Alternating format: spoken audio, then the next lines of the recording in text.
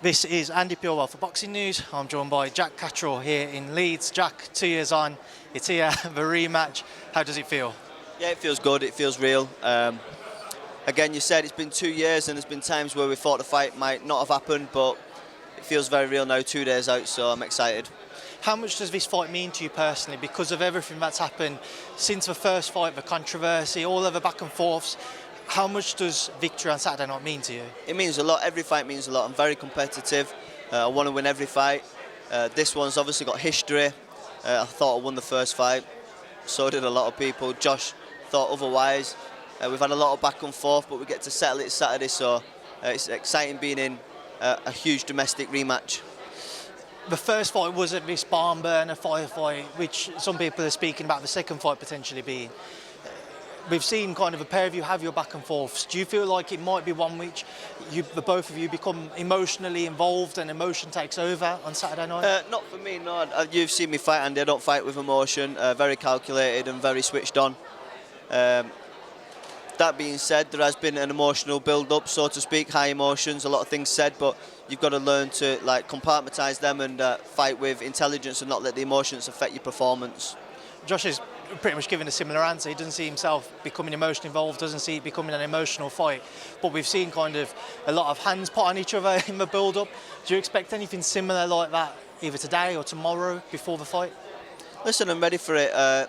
You've seen it time and time again. I'm very laid back, very relaxed, but I won't stand for none of it. I think every time there has been an altercation, he's tried something stupid. So for me, I'm switched on and focused and razor sharp, and if he tries any silly antics, we'll see. But all my focus now is just Saturday night.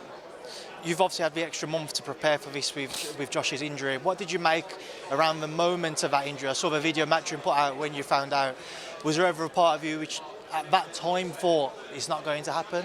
Yeah, of course. We found out about the injury and the 4 weeks delay of the fight. Credit to Matchroom, it was a quick turnaround, and I think the next day they had the new date penciled in.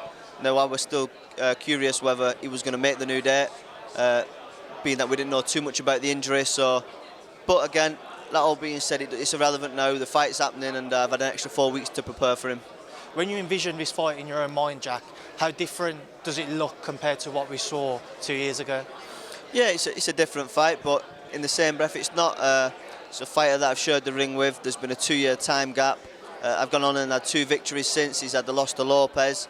But yeah, I'm going to treat the fight round by round. I see what he comes with, and I can adapt and adjust and overcome whatever he's got.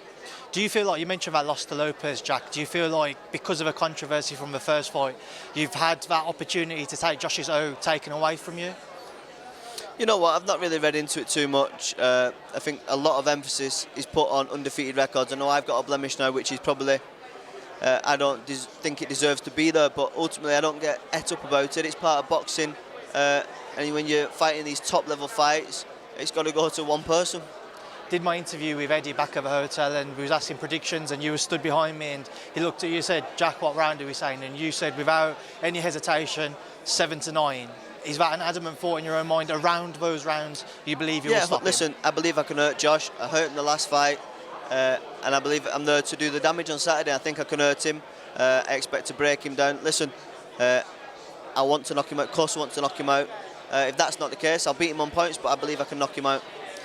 I asked Eddie this, I'll put it to yourself, I didn't have a chance to ask Josh this, but say if you're successful, technically is there 1-1? Is there potential for a trilogy?